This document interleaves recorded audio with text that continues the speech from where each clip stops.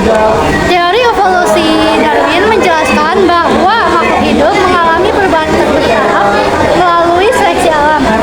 Teori ini didukung oleh berbagai bukti ilmiah seperti fosil, genetika, homologi, anatomi, dan observasi langsung terhadap adaptasi organisme.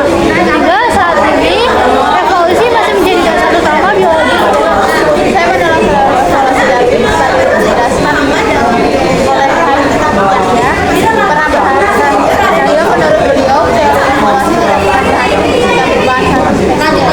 Terjadi perubahan spesies lain. Fosil tidak banyak menunjukkan bahwa makhluk hidup muncul secara tiba-tiba dan sempurna tanpa bentuk spesifik. Pernyataan tersebut tidak sepenuhnya benar. Banyak fosil transisi telah ditemukan. Selain itu, bukti evolusi tidak hanya berkandung pada fosil, tetapi juga pada genetika modern yang menunjukkan kesamaan DNA antar spesies.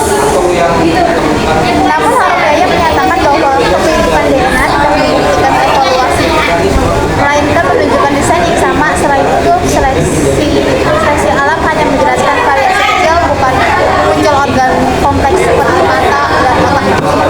Seleksi alam memang bekerja secara bertahap dalam waktu yang sangat lama. Organ kompleks tidak muncul secara tiba-tiba, melainkan berkembang dari struktur sederhana yang memiliki fungsi.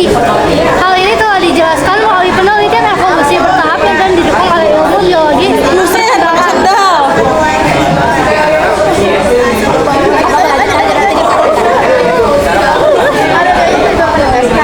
bahwa teori evolusi bertentangan dengan keyakinan penciptaan dalam Al-Quran surat Al-Kahfi ayat 4. Sesungguhnya kami telah menciptakan manusia dalam hidup dan seleksi benar.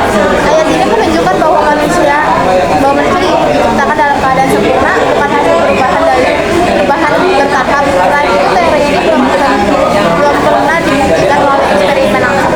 Teori ilmiah tidak harus bertentangan dengan keyakinan.